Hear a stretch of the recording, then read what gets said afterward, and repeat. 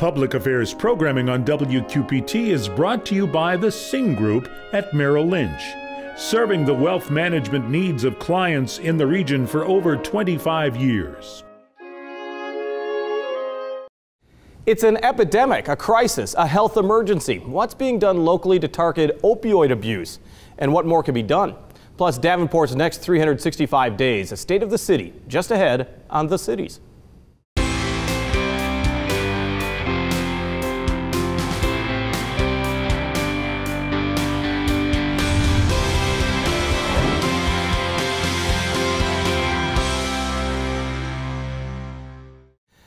Davenport Mayor Frank Klipsch is about to give his State of the City address, but he talks with us first about the year that was and the year that will be. But first, a new program targeting opioid abuse in our communities. This week, the Rock Island County Sheriff's Department decided to take a big step toward helping people hooked on prescription drugs, heroin, and other opioids. It's called Safe Passage. And joining us is Rock Island County Sheriff Jerry Bustos and Medic EMS Executive Director Linda Frederickson. Thank you both for joining us. Let's talk about the problem first, Linda. Sure. Have we seen the growth of opioid abuse in the Quad City area grow as quickly as we've heard in other communities? Absolutely. I know that data obtained by the Iowa Department of Public Health showed that opioid chief complaint issues for us in the field as ambulance care providers increased from 2010 to 2015 by 70%. And what about other drugs? I mean, are there other abused drugs that are you're seeing the same growth, or is it just this one area? We're really seeing the increase right now in opiates. You know, we talk about, methamphetamine, back in the 70s and 80s it was cocaine.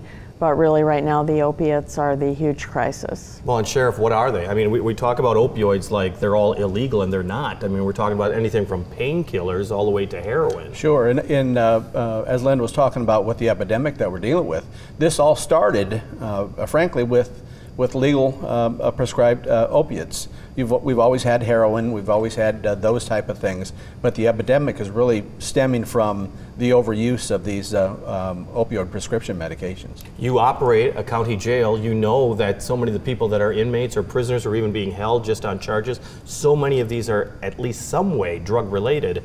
This just adds to that problem. It absolutely does. When we get people that are addicted to opioids, they're not in very long before they start having reaction to not being able to use again. So we certainly deal a lot with having to take prisoners to hospitals and get them treatment for withdrawals. So what is the Safe Passage program? I mean, we saw it being implemented in the city of Dixon and in Lee County, and now it's kind of made its way here. Sure, yeah. To put it in a nutshell, Safe Passage here in Rock Island County is anybody who feels that they have an addiction or a problem with this, they're able to go to any of the police departments and self-report. They can bring along any drugs that they have, and they can also bring any paraphernalia that they have. They can turn it in, they won't get arrested.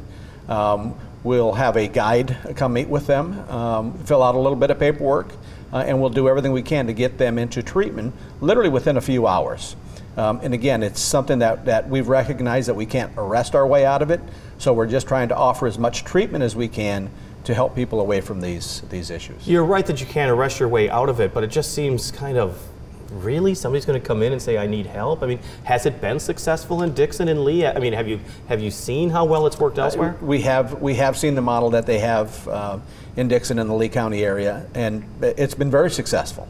And again, if this program can help just a few people, there are families out there that are going to be eternally grateful, because they're not going to be going to funerals for somebody that they love very much. So it is well worth the attempt to get them help. You're obviously saying a little bit of prevention will also save money for the jail system and the county court system as well, I would assume. Oh, sure, absolutely. When we bring people in that are on these possession charges and they're addicted, again, it's taxpayers that are paying for those hospital bills and things like that to get them well. So if we can get them to treatment and divert that so the taxpayer isn't paying for all of it, I mean, that's a win for us. As a first responder, I mean, you're seeing this on the streets throughout the area. I mean, is this an urban area problem? Is this a rural area problem? Is this men, women, different ages?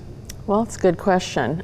Just in looking at our data at Medic, we're seeing, in terms of gender, we're seeing that men are about 55% versus females at 45%. So it's definitely a little bit more male-oriented. In terms of not age, by much though, right? Not by much. Yeah, it's only 10%, which is it's interesting.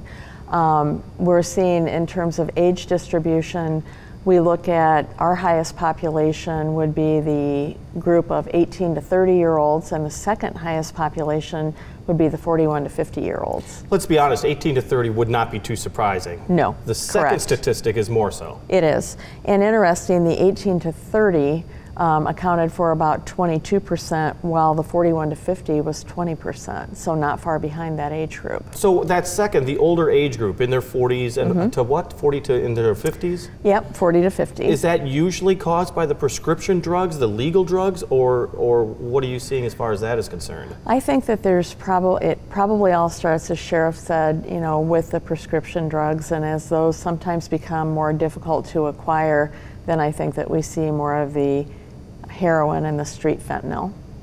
Let's talk about fentanyl. I mean, what type of a problem is that in Rock Island County, Sheriff? Well, it's not something that we can really single out as far as a huge problem for us, but it's out there. Now, fentanyl and carfentanil and all of those are things that are 50 to 100 times more potent than heroin itself. So what is considered a lethal dose of heroin, just a sliver of that would be the same thing for fentanyl-related issues. So again, these are illegal drugs that people get into. They don't realize they're taking a lethal dose, and that brings us to where we are right now, where they're dying because of it. Well, is this a case? I mean, we've always heard that sometimes there's a more lethal version of cocaine or crack that's coming into a community, or that there's a more potent, as you said, form of a drug that's coming into our community. Are we seeing more potent, more dangerous? We are starting to see that now. Certainly, I can't give you any statistics or numbers to that, but it's there and it's growing. Well, Linda, you answered right away. Yeah, so you're seeing it all the time. Yeah, absolutely. In calendar year 2017, Medic gave about 400 doses of Narcan. I reached out to the Rock Island Fire Department. They gave 300 doses. Of those, we probably had about 280 patients for the 400 doses, meaning that those patients required more than one dosage of 2 milligrams of Narcan. I've been a registered nurse and a paramedic for years, so I can tell you that we would give partial doses of 2 milligram Narcan for all the years I've done this and wake them, partial, and wake them right up. And I can tell you now that our drug kits and our ambulances, we've had to expand those up to 8 milligrams of Narcan, and sometimes we give all 8. Is it the problem that the drug is so addictive, or is it also a problem that for some of these people that you're invincible, or is it the third thing that you have Narcan and people think, oh, if I get into trouble, I'll be saved? It's probably a combination of all of those. And in Iowa now, if you are an individual that knows of a person that you're in a position to assist, you can walk up to a CVS pharmacy or a Hy-Vee and you can go and say, I need to get some naloxone. Pharmacists will do a brief education and you can get up to 5 doses of naloxone. And we're starting to find self-administered naloxone in residential areas where sometimes patients that call 911 have had 2 doses. Self-administered or family members have administered. How frightening is that, Sheriff? I mean, is that a problem? Is that perhaps these people believe that they can be saved just by a simple shot? Well, I think it gives them comfort in their ability to overdose. You know, I think that's why we want to put an emphasis on treatment for long-term care rather than just a vicious cycle of, you know, I know that I can take whatever amount of these illegal narcotics I can, and my friend who's with me is going to bring me back, and then I get to do it over and over and over again. Eventually, as Linda was saying, these doses are getting larger and larger where they're not going to work anymore. So if somebody comes to the Sheriff's Department or some of the police organizations in the Quad City area and ask for the help, then what happens? I mean, will they be sent away? Because we were talking about there's different clinics that handle this, different treatment centers, but they're not necessarily in the Quad Cities. No, they're not. You know, again, Rock Island County Program is partnered with Robert Young Center, but again, they only have so many beds. So we have reached out to other centers in Bloomington, Chicagoland area, Rockford, because we want to have a place for these people that self-report to go to. So we don't want to send them home if we can help it. Have you heard anything, because the state has been talking about perhaps assisting in some ways. Do you think that this is becoming a problem that's obviously not just Lee County and Dixon, it's becoming a regional problem, thereby it'll become a statewide problem? Yeah, I think it is absolutely something that the state is going to address. I know nationally, there's certainly discussion in Congress. President Trump mentioning it during his State of the Union address as well? So, I think there's a lot of work yet to be done, especially with funding.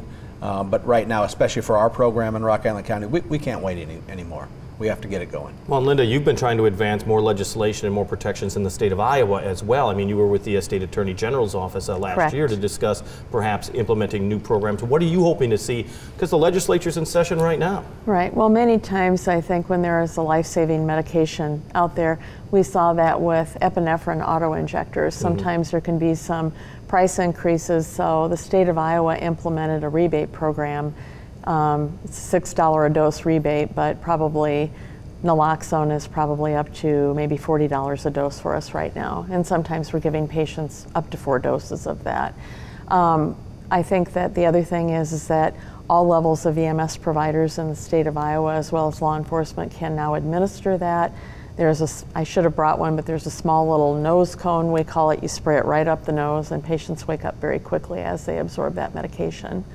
It almost seems like law enforcement now has to also not only be law enforcers, but also pharmacists in some ways. These young officers now almost don't have room on their duty belts anymore. They have so many things that they have to carry. How difficult is that? I mean, your officers have other things they have to be thinking about. But every second counts. Absolutely. It does. So my deputies, they carried on their belt. And again, this is something that's not something that you can just strap on and forget about. I mean, a lot of this medication is temperature sensitive, it's age sensitive.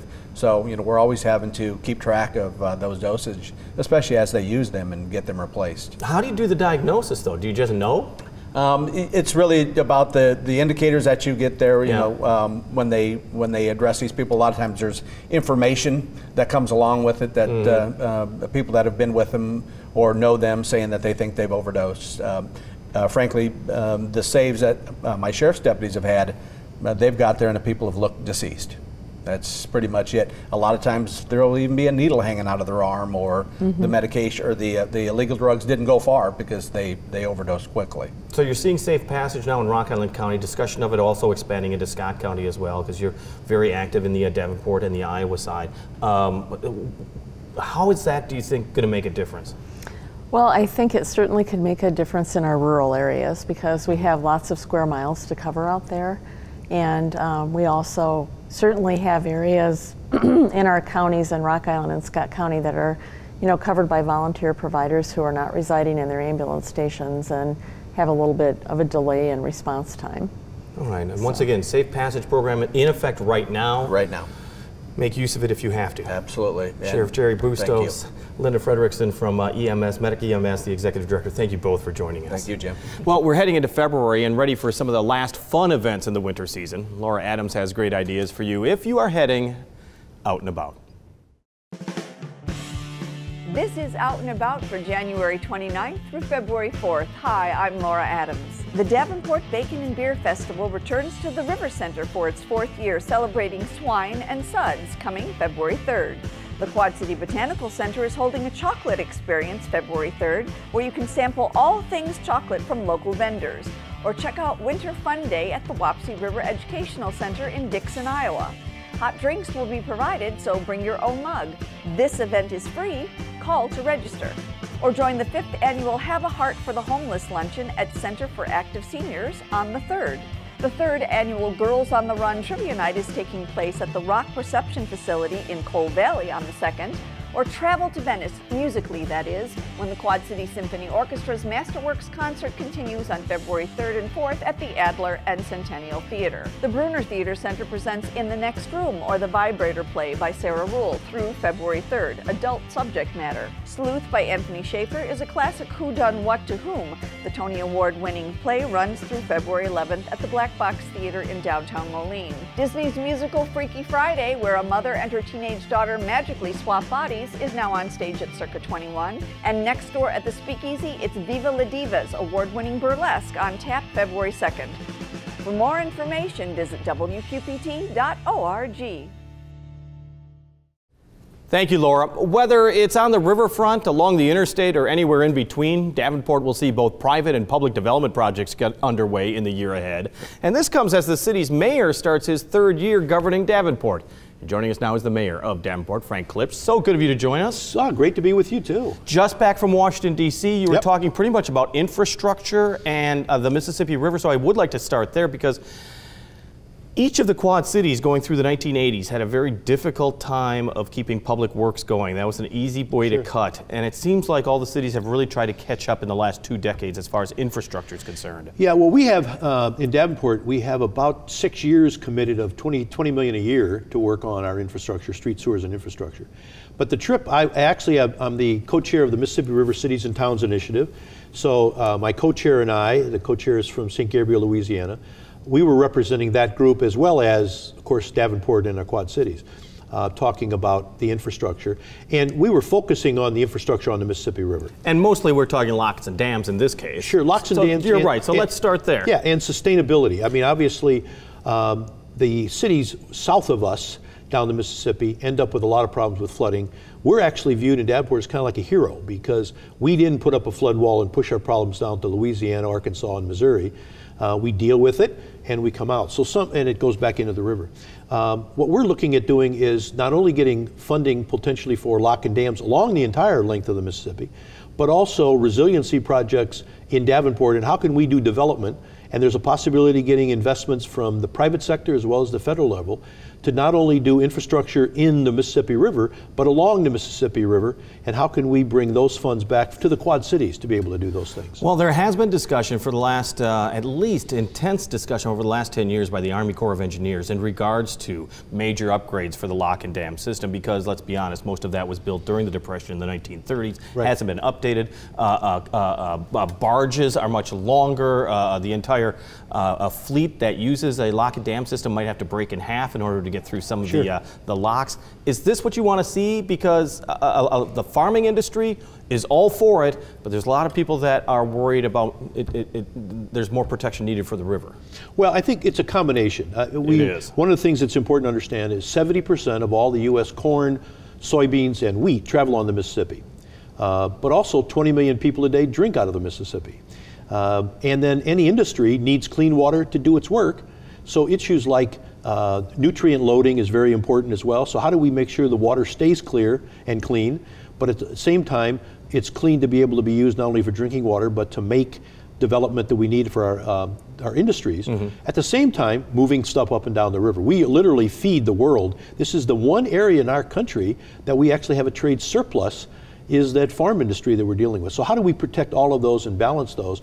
But also, we're trying to make the sale, as we were in in DC, with the idea that highways are part of what people think about of infrastructure and sewers. Absolutely. But the Mississippi River is one major highway in this country. So making sure it's viewed also equally with those other infrastructure projects. Because the other major issue, as you well know downstream, it has to do with the agricultural herbicides and pesticides that are being used and farm runoff throughout here, and then the dead zone that's just off the Louisiana Delta there. I mean, is that still a major concern, or is it being addressed state by state? Because we're seeing Iowa doing more. Well, all of us mayors along the Mississippi are very sensitive to that, and I think more and more corporations, when I was both in Bonn, Germany, and now in DC, many major companies now have CSOs, Chief Sustainability Officers. So they're focused on this as well. How can we come together? So those are initiatives downriver from us, but also flooding. There's been, hard to believe, but $500 billion worth of damage over the last few years related to lack of sustainability and infrastructure to protect those communities. So how do we deal with that, and what are some green initiatives that we can implement that are also good for not only the protection of the environment, but also for opportunities to develop land-based development to go hand in hand with those projects? Does it all come down to money? Well, I think money is one of those, and one of the things that there are entities, both private sector and public sector entities, coming together to see how they can put funds together to make this potentially a good investment.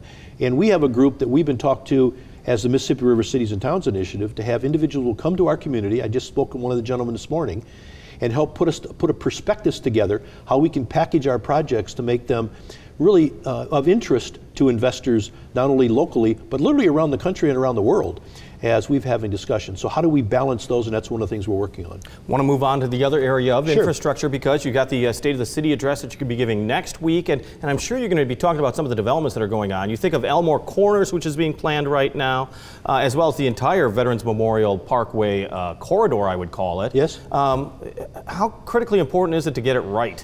Well, I think that's the reason why we're doing this type of planning. Very proactive planning. We figure the Elmore Corners area, which is that Elmore up North Elmore Avenue, we got one chance to do it really well. So we're going to lay out an overlay district to give some direction of how we want that to look and how it can develop. At the same time, the areas where Kraft and Sterilite are being built, that certified industrial site is being filled. So we have to look at new alternatives. And one other plan that we'll be unveiling and discussing more about is the area at 80 and 280 is the next industrial type site of the future, or development site of the future. So those all told together, because that's, people look at the Sterilite and Kraft area as an overnight success, but it took 20 years.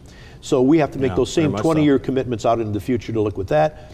And the good news is we're going to be announcing a 5% increase in tax value at the same time, with no increases in taxes, just development, and that does not count, except for a very small part, it does not count Kraft or Sterilite. So that's another good year, and Costco, which is planned to come as well. Right. All those are additions to that, and we're looking for a very bright 2018-19. And that is fantastic news, but it sounded like it was mostly industrial and retail. Is it to the great extent residential as well? Oh, our residential has been going up as well. Both, the exciting part, even those areas out around those communities are developing very rapidly, but more importantly, our downtown for residential is increased as well. So this is really, I'm excited about Monday because it's a success story. And it's not just obviously me and even this council, it's been a lot of colleagues that have worked in the past and now really committed to in the future. But also not only the new neighborhood of downtown Davenport, the new developing neighborhoods that'll support these new industrial and other job creators. We're looking at the possibility of 1,500 additional jobs. But also we're making a very strong commitment in this upcoming year to urban revitalization. That's in take those beautiful neighborhoods up on the bluff, right, that this was the place to live, and recreate that so people want to move in there again, as I did recently at 9th and Marquette in Davenport. Some beautiful areas. How do we revitalize, protect that historic preservation, at the same time bring new people in who can choose anywhere they want to live and choose those beautiful areas? As you know, I mean, there's so much attention to downtown and the west side and the north side that, you know where I'm going with this, the southwest side is always feeling somewhat neglected. If you're going to talk about infrastructure, I mean, some of the oldest streets in the area, sewer lines had to be updated, water lines have to be updated.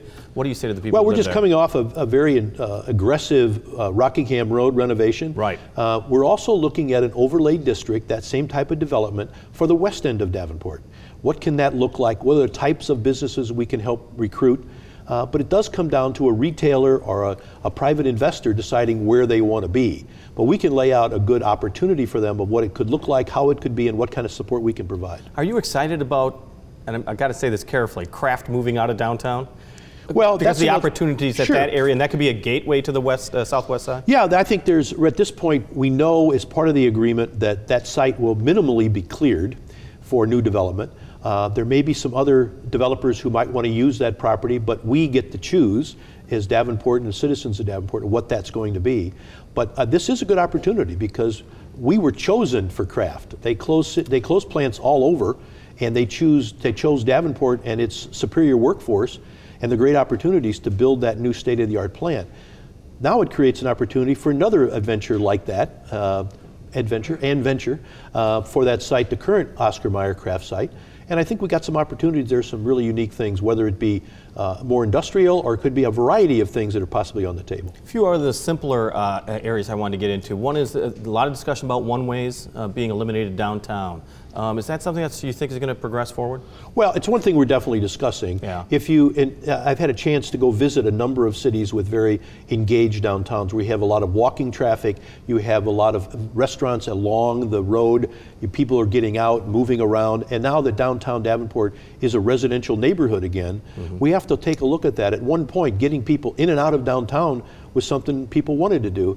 Now we're getting to a point where maybe it's better if we slow that down a little bit and let people enjoy the beautiful downtown and all the investment we have. And plus, if you look at, as an example, 3rd Street, with the new urban campus for Scott Community College. Right. It's beautiful, and that's developing every day. There's so much happening that we want to take a look at it. We think it's important to take a look at the opportunities, still do the best for traffic and safety, do it within costs. We don't want to burden the taxpayers unnecessarily, but at the same time, what's something that can really add to the vibrancy of downtown Davenport? And close to making a concrete decision as far as the riverfront's concerned. Well, yeah, that's another one of those outstanding stories. Over the last couple of years, the whole area has been cleaned. That's going to be basically a very clear palette now. As we talk about this investment opportunities that I've been mentioning both at the local, national, and literally international area levels, we have an opportunity here to do something memorable at the downtown. And we have some plans. We're also going to be showing some of those of what that could look like. Nothing's done yet, but we have some exciting plans of what the riverfront can look like and be another one of those destination points. We have 9 miles of parkland along the Mississippi River. So it's got to be more than just a park.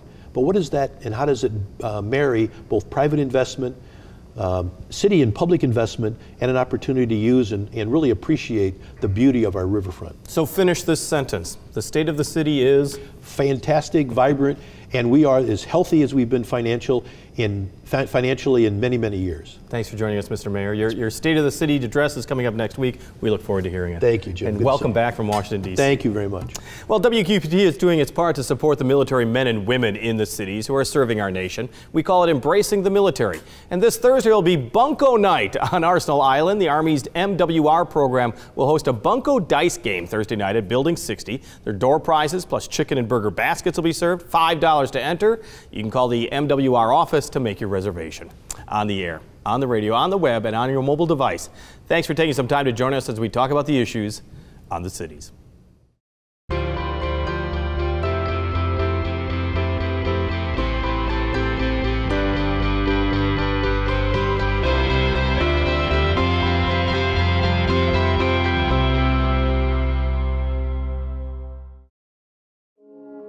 Public Affairs programming on WQPT is brought to you by the Sing Group at Merrill Lynch, serving the wealth management needs of clients in the region for over 25 years.